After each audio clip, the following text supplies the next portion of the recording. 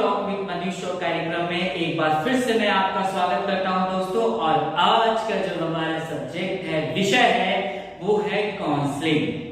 अक्सर हम देखते हैं कि हमारे लाइफ में बहुत ज्यादा तनाव, स्ट्रेस होता है। इससे पहले वाले वीडियो में भी हमने आपसे डिस्कशन किया था और बहुत सारी चिंताएं हमें घेरी रहती हैं। तो अक्सर हम क्या करते हैं, उस चिंताओं और उस स्ट्रेस से निकलने के लिए हम किसी एक्सपर्ट्स को, हमारे किसी बुजुर्ग व्यक्तियों को अक्सर हम चुनते हैं, उनसे बातचीत करने का प्रयास करते हैं। लाइक अगर हम अपनी फैमिली में ही बात करें तो हमारे दादा है, हमारी दादी है, हमारे फादर है, हमारे मदर है, सिस्टर है, ब्रदर है, हमारी कलीग है। अक्सर हम उनसे डिस्कशंस करते हैं, बात करते हैं कि हम किन समस्याओं से उलझ रहे हैं और उसके लिए हमें क्या करना चाहिए। तो वैसे में जो सामने वाला व्यक्ति होता है, उनसे बातचीत करके उन्हें एक गाइडलाइंस करता है, उन्हें सपोर्ट करने का काम करता है। तो ये बहुत पहले से चली आ रही है। अगर हम आज के मॉडर्न युग की बात करें तो आज इस काउंसलिंग के पार्ट को एक डेजिग्नेशन दे दिया गया है। इसके लिए एक स्पेशल पढ़ाई पढ़ाई जाती है, सिलेबस होता है, हमारे डॉक्टर होते हैं, एक्सपर्टीज होते हैं, जो अक्सर काउंसलिंग के जरिए आपका कहीं ना कहीं एक थेरेपी करते हैं, आपको उन समस्याओं और स्ट्रेस से निकालने का प्रयास करते हैं। तो दोस्तों, आज हम यही आपसे बात करने वाले हैं। तो आइए सबसे पहले जो हम बात करेंगे आपसे कि जो एक काउंसलर होता है, उन्हें किन किन बातों को ध्यान में रखना होता है और किस बातों के ऊपर कौन सा ऐसा प्रोटोकॉल होता है जिन्हें वो फॉलो करके वो किसी सामने वाले परेशान व्यक्ति का वो काउंसलिंग करता है। जो सबसे पहली बात होती है कि काउंसलिंग जो होता है अक्सर दो लोगों के बीच होता है। इसमें दो व्यक्ति, एक जो काउंसलर होता है और दूसरा वह व्यक्ति जो काउंसलिंग करवाने आया होता है। लेकिन अक्सर देखा गया है कि मैरिज लाइफ में, फैमिली लाइफ में कोई काउंसलिंग क्रिएट होता है तो वैसे में परिवार के अन्य सदस्यों को भी इन्वॉल्व इस काउंसलिंग पार्ट में इन्वॉल्व किया जाता है। लेकिन मुख्यतः अगर हम बात करें तो इसमें दो व्यक्तियों की आवश्यकता होती है। अब करना क्या होता है कि जब दूसरा जो सबसे महत्वपूर्ण बात है कि आप जब भी किसी व्यक्ति का काउंसलिंग कर रहे होते हैं तो सबसे पहले आपको उनकी भावनाओं को फील करना होता है, अनुभूति करना होता है, आपको उनके रंग में रहना होता है।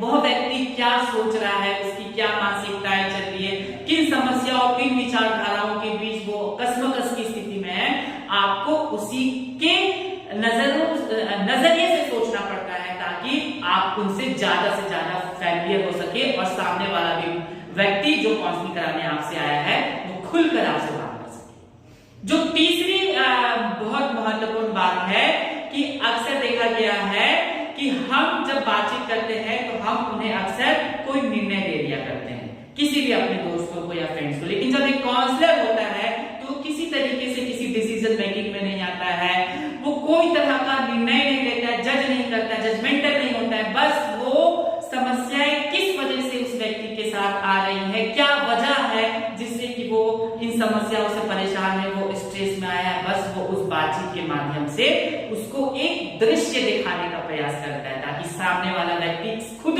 डिसीजन ले, खुद ही समझे कि उसे अगला क्या करना होगा।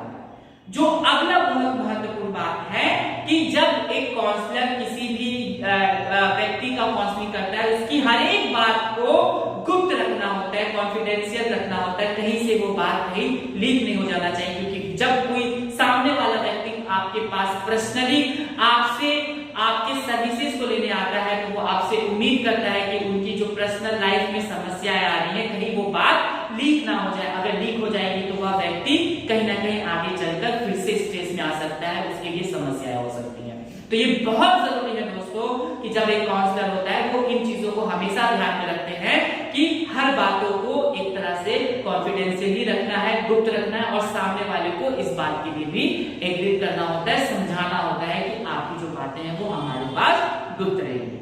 तो ये कुछ बातें हैं जो एक काउंसलर इस प्रोटोकॉल के तहत उन बातों को अमल करता है।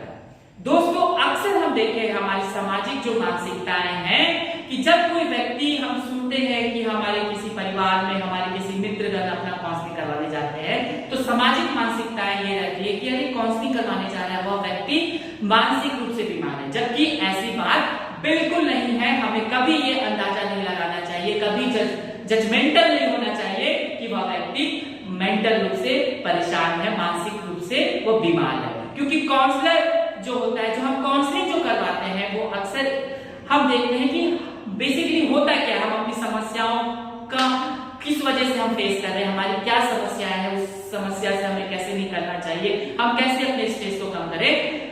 सामान्यतः इसीलिए एक व्यक्ति अपने समस्याओं को दूर करने के लिए एक काउंसलर के पास आता है। तो मेरे जो भी सब्सक्राइबर हैं उस चीज को हमेशा याद रखना कि अगर कोई व्यक्ति जा रहा है काउंसलिंग कराने, तो डजंट मीन कि वह व्यक्ति मानसिक रूप से बीमार है।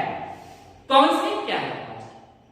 काउंसलिंग आज बहुत सारे विषयों के ऊपर आज काउंसलिंग हो रहा है। लाइक अगर हम बात करें तो हमारे फैमिली में, हमारे मैरिज लाइफ में अगर समस्या आती है, कॉन्फ्लिक्ट आती है, तो हम वैसे में उस तरीके के काउंसलर या काउंसलिंग करवाते हैं जिससे कि ये समस्याओं का सामना कर सके।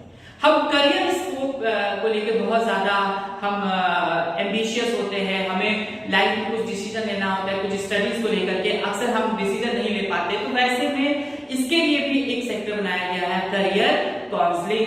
करियर से रिलेटेड आपको गाइडलाइन दिया जाता है, उसके साथ साथ एजुकेशन से संबंधित भी हमारा काउंसलिंग होता है।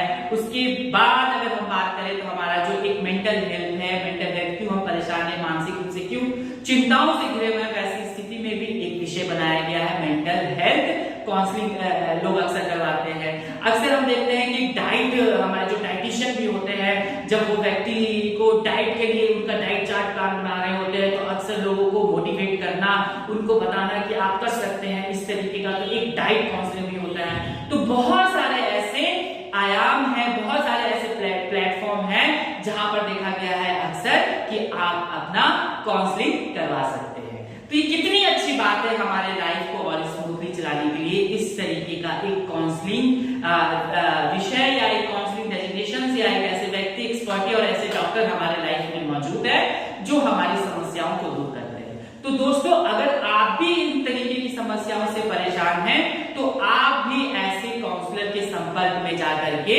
आप उनसे बातचीत करके अपनी समस्याओं को, अपनी परेशानियों को कम कर सकते हैं और कहीं ना कहीं आप अपने लाइफ को अच्छे से स्मूथली चला सकते हैं। तो आज का जो हमारा विषय है, हम इसे यहीं पर समाप्त करते हैं। अगली बार फिर हम एक नई वीडियो के साथ मौजूद होंगे। तब तक के लिए हमारे इस वीडियो और हमारे इस चैनल को लाइक, सब्सक्राइब और कमेंट करना ना भूलिए। Thank you.